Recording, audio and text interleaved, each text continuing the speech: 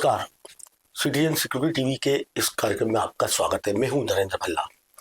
आज हम बात करेंगे नोएडा कांड की। कांड इसलिए कि देश में पहली बार इस तरह का हिंसक प्रदर्शन हुआ कि श्रमिक कामगार अपने ही संचालकों, अपने ही फैक्ट्री मालिकों के खिलाफ इस बुरी तरीके से सड़कों पर उतर आए कि उन्होंने हिंसा का नंगा नाच खेलता।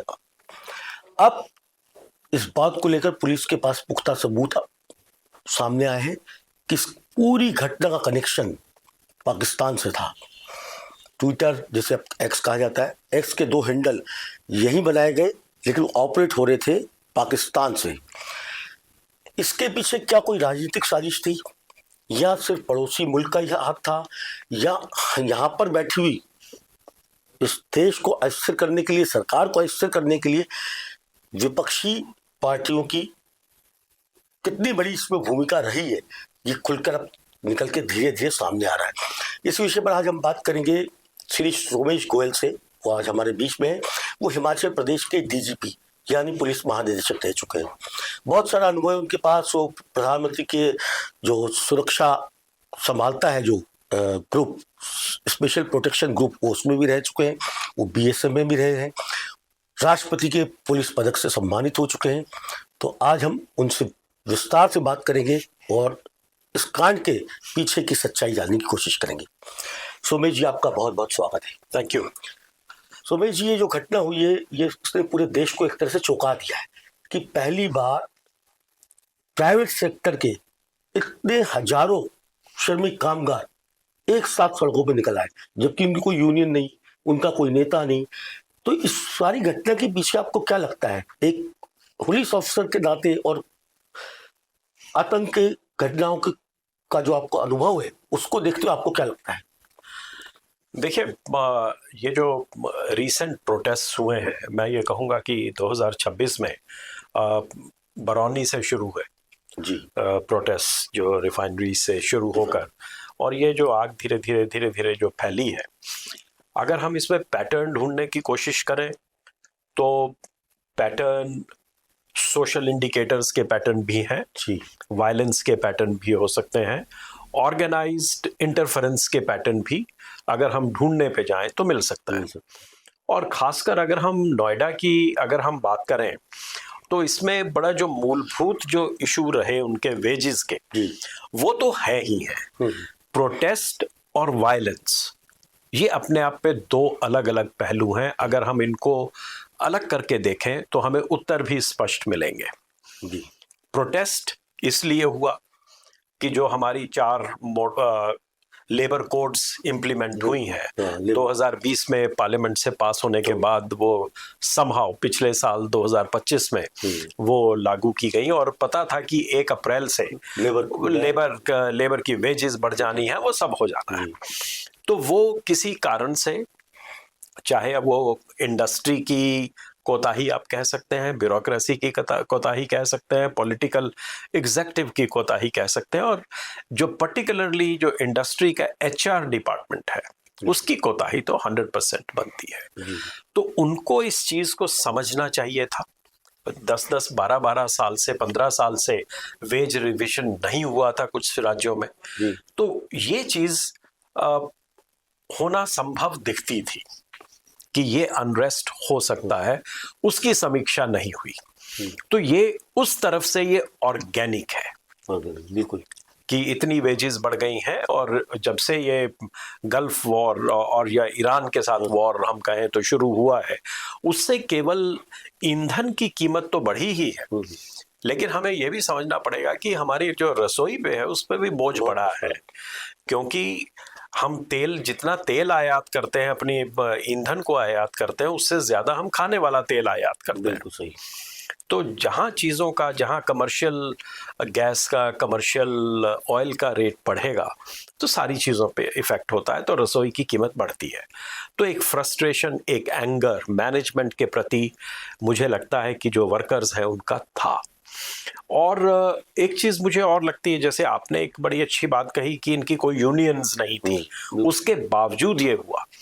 तो मुझे ये, मैं जब ये प्रोटेस्ट हो रहे थे तो मैं ये देख रहा था कि क्या ये 60s और 70s की पुनरावृत्ति है। बिल्कुल। जब हम अपना ट्रेनिंग कर रहे थे तो हमें कपड़ा मिल के उद्योग के जी। जो प्रोटेस्ट थे या फिर जो लेफ्टिस्ट मार्क्सिस्ट यूनियंस थी, कैसे वो डिसरप्टिव थी, उन्होंने कैसे मुंबई की सारे के सारा चौपट कर दिया इंडस्ट्री को, या वेस्ट बंगाल में किया, तो वो सारी चीज़ें पढ़ते थे। तो मुझे लगा क्या ये एक नए किस्म की पुनरावृत्ति हो रही है।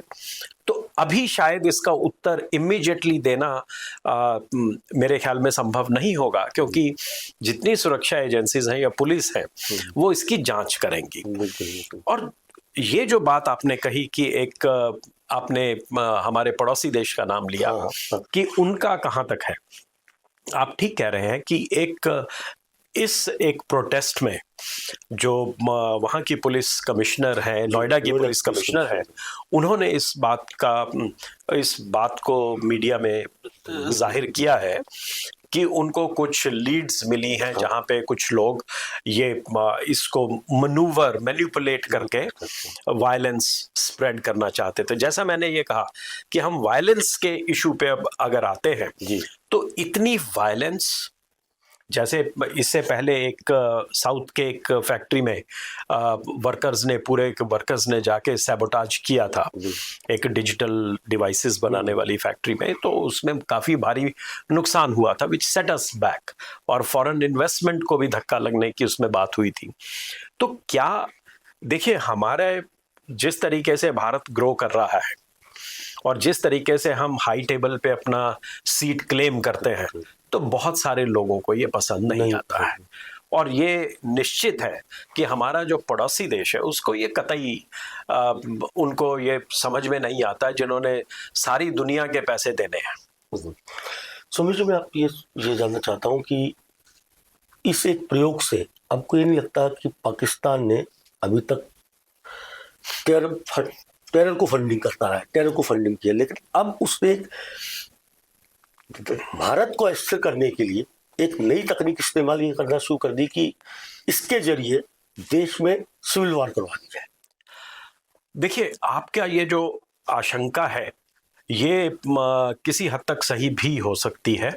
उसकी वजह यह है कि मैंने बहुत साल पहले, कोई मेरे ख्याल में 5-7 साल पहले, मैंने एक नेशनल डेली में अपने एक आर्टिकल में लिखा था कि पाकिस्तान का एक इदारा है जो ISI से लिंक्ड एक इदारा है, जिसने ये कहा था, जिसने ये एक नई पॉलिसी बनाई थी कि besides the 1000 cuts to India, एक नया कट उन्होंने इजाद किया था कि वो हमारे एजुकेशनल इंस्टीट्यूशंस और वर्क एरियाज में इन्फिल्ट्रेट करेंगे और वहां पे अनरेस्ट क्रिएट करेंगे। वो आपकी बात सही होती है, नजर आ रही। वो आपने एजुकेशनल इंस्टीट्यूशंस वाला देख चुके हैं, we have gotten over it, हम उससे अब निकल चुके हैं, उसको कंट्रोल किया गया है प्रॉपर्ली। लेकिन अब ये जो वर्कर्स वाला है और सोशल मीडिया वाला है, जो डिजिटल अप्रोच है, इसके ऊपर इमीडिएट मतलब कि कभी कोई चीज हो रही है तुरंत उसके ऊपर आप एकदम जान पाएं कि ये कौन कर रहा है, वो शायद संभव नहीं हो पाता है। There are tools to check it, लेकिन अब इशू ये है कि ये जो 1000 कट्स के साथ इस तरीके का ये जो इन्फिल्ट्रेट करके देश को डिस्टेबलाइज करना, उसकी इकोनॉमिक ग्रोथ को, देश को डिस्टेबलाइज अपने आप हो जाएगा जब हमारी इकोनॉमिक ग्रोथ अगर रुक जाती है, फॉरेन इन्वेस्टमेंट हमारे यहाँ पे अगर आना कम हो जाए बिकॉज ऑफ द प्रोटेस्ट। अगर आप देखें कि पिछले कुछ सालों में यूपी का अगर मैं बात करता हूँ, फैक्चुअल बात करता हूँ, not because of any political party और एनीथिंग, अगर आप देखें कि वहाँ पे FDI और जितना इंडस्ट्रियल कॉरिडोर्स SEZs जितने बने हैं, वहाँ पे इन्वेस्टमेंट, निवेश बहुत आया है। तो जो बीमारू स्टेट में गिने जाते थे वो उनसे निकलकर अब होड़ में है कि हम तमिलनाडु से आगे अच्छी इकोनॉमी बनेंगे, तो वो उस होड़ में है। तो उसको सेटबैक करने के लिए ये चीज़ हो सकती है। और हमारे यहाँ पे जितने सोशल और इकोनॉमिक फॉल्ट लाइंस हैं, उनको एक्सप्लॉइट करना अगर पाकिस्तान या आईएसआई या हमारे पड़ोसी मुल्क कोई और भी इसको अगर करना चाहे तो संभावना है। और अभी ये इन्वेस्टिगेशन का मुद्दा है, थोड़ा और क्लैरिटी इस पे हमें मिल जाएगी। सुरेश जी, ये शुरुआत हुई थी नोएडा से, नोएडा के बाद ये पहुंची फरीदाबाद तक, और फरीदाबाद के बाद ये दिल्ली तक आ गई। मतलब दिल्ली के करोल बाग जैसे इलाके में टैंक रोड है, जहाँ पे जीन्स बनाने की सारी पूरे देश को सप्लाई वहीं से होती है, जीन्स बनाने की फैक्ट्री, वहाँ के वर्कर्स भी निकलना शुरू हुए। तो ये चिंगारी जो भड़की है, ये 16 न बन पाए, इसके लिए सरकार को क्या करना चाहिए? देखिए, एक चीज बड़ी क्लियर है। मैं आपसे बताऊं कि मैंने रिटायरमेंट के बाद एक कॉर्पोरेट हाउस में काम किया जी। It was a medium scale, मतलब 3-4 हज़ार करोड़ की कंपनी थी। मैंने काम किया और मैंने बड़े क्लोजली वर्कर्स की स्थिति को देखा है। मैं इसमें पहला दोष, अगर मैं ऑर्गेनिक प्रोटेस्ट की बात करता हूं, आप डिसरप्शन की बात छोड़ दीजिए, अगर मैं ऑर्गेनिक उसकी बात करता हूं, आप देखिए कि हर 6 महीने में सरकारी मुलाजिम अपने डीए में एनहांसमेंट को देखता है। बिल्कुल। क्या इन्फ्लेशन सिर्फ सरकारी मुलाजिम के लिए है? सबके लिए होती है। क्या प्रॉफिटेरिंग कंपनीज के द्वारा प्रॉफिटेरिंग नहीं हो रही है? उनके प्रॉफिट मार्जिन्स तो कम नहीं हो रहे हैं, उनका एबिटा कम नहीं हो रहा है, उनके प्रॉफिट्स आर इंक्रीजिंग। क्या वो डिवॉल्व हो रहा है नीचे? क्या वो जो कॉन्ट्रैक्ट पे वर्कर है उसको वो सुविधाएं मिल पा रही हैं? तो वो मुझे लगता है कि ये एक सरकार और इंडस्ट्री के बीच में एक रेगुलर डिस्कशन होने की जरूरत है। हाँ, और मुझे ये लगता है कि आप चाहे कितना ही राशन, फ्री का राशन और ये सब दे दें, उससे आप व्यक्ति को अक्षम करते हैं, सक्षम नहीं करते हैं। अगर उसका वेज लगातार बढ़े तो he will be A more proud citizen. तो इसका मतलब सरकार, आप ये सजेस्ट कर रहे हैं कि सरकार को प्राइवेट सेक्टर के लिए एक ऐसी पॉलिसी बनाना चाहिए कि हर 2 साल में, हर 3 साल में मिनिमम वेज जितनी है उसमें 10% की, 20% की, 25% की बढ़ोतरी हो, ऐसी कोई पॉलिसी बननी चाहिए। देखिए, इतना ज्यादा बढ़ोतरी पॉसिबल नहीं होगी। जैसे इन्फ्लेशन कवर करने के लिए मुझे लगता है कि अगर एम्प्लॉइज को जैसे इंक्रीमेंट मिलता है या उस तरीके से 3 से 5% भी हर साल अगर उनको बढ़ोतरी मिलेगी तो वो सेटिस्फाइड होंगे। 12-12 साल तक अगर आप एक बार नहीं बढ़ाएंगे और सीधा हरियाणा की तरह अचानक आप 35% बढ़ाएंगे, तो अगर प्रोटेस्ट से देश में कुछ मिलना है तो we should be ready for more protest. लेकिन मुझे जो लगता है, जैसा हमने देखा है कि संवाद, जो चाहे केंद्र सरकार है या राज्य सरकारें हैं, कोई अस्थिरता नहीं चाहती हैं, तो संवाद को और ज्यादा पुख्ता करने की जरूरत है। और इंडस्ट्री में जो एचआर है उनको एक बहुत ज्यादा प्रोएक्टिव रोल प्ले करने की आवश्यकता होगी। मैनेजमेंट को ये समझना पड़ेगा कि अगर जिन्हें हम काम करा रहे हैं, अगर उनके यहाँ पे ऐसे हालात हो जहाँ चूल्हा ना जल पाए तो फिर कैसे होगा। तो ये मुझे लगता है कि लॉज आर देयर, ये नई कोड आई है, उन्होंने एम्प्लॉइज के हक में बहुत कुछ किया है। जहां उन्होंने कंप्लायंसेस को, इंडस्ट्रियल इसके लिए कंप्लायंसेस को आसान किया है, वहां उन्होंने एम्प्लॉइज को भी सशक्त करने की दिशा में कदम उठाए हैं। तो मुझे लगता है कि अगर इंडस्ट्री खुले मन से आगे आए और इन चीज़ों को करे तो कोई मुझे यहाँ पे ट्रेड यूनियनिज्म पनपता नहीं दिखाई देता और ये सारा बिल्कुल नॉर्मल होता हुआ दिखता है। तो आप मानते हैं कि अगर इसके पीछे पाकिस्तान का जो भी इरादा है वो आगे बढ़ने वाला नहीं, आगे फैलने वाला नहीं, उसको अपने मंसूबे में कामयाब नहीं हो पाएगा। जो उसकी कोशिश है अभी तक, उसको देखे आपको क्या लगता है भविष्य में इसका क्या भविष्य नजर आ रहा है? देखो, हमारा आज के दिन जो भी इंटेलिजेंस नेटवर्क है या जो भी हमारा सर्वेलेंस है या जो भी हमारी डिजिटल कैपेबिलिटी है, एक बार 2 बार आप प्रॉब्लम क्रिएट कर सकते हो, हर बार हर दिन नहीं कर सकते, ये संभव नहीं है। और ये आई एम श्योर कि the governments and the agencies have doubled down on it और ये बड़े पुरजोर तरीके से अब इसके ऊपर काम होगा। और ये जो सोशल मीडिया के डिफरेंट ग्रुप्स बना के एक फॉल्स नैरेटिव पुश करना, गलत खबरों को पुश करना कि इतने लोग मर गए हैं, तो एक एजिटेट कराना लोगों को, तो मेरे ख्याल में अब ये संभव आगे नहीं होगा। इसको लेकर आरजेडी की 2 महिला प्रवक्ता हैं, उनके खिलाफ एफआईआर भी दर्ज हुई है नोएडा में। इसका मतलब कि विपक्षी दलों का, विपक्षी पार्टियों का इसमें रोल रहा है कहीं ना कहीं। देखो, उनका कितना एक्टिव रोल रहा है, सारा विपक्ष को मैं नहीं सोचता कि इसमें लपेटने की आवश्यकता है। कहीं जो इंडिविजुअल्स हैं belonging to any political party, अगर उनका किन्हीं कारणवश इसमें हाथ रहा है, तो I think police irrespective of their party affiliation, just because कि दे हैपन टू इसको प्रोटेस्ट को या वायलेंस को प्रमोट कर रहे थे, तो उन्होंने अपना बीएनएसएस या इंफॉर्मेशन टेक्नोलॉजी एक्ट के तहत जो भी उन्होंने कार्रवाई आरंभ की है वो बनती है, वो होनी चाहिए।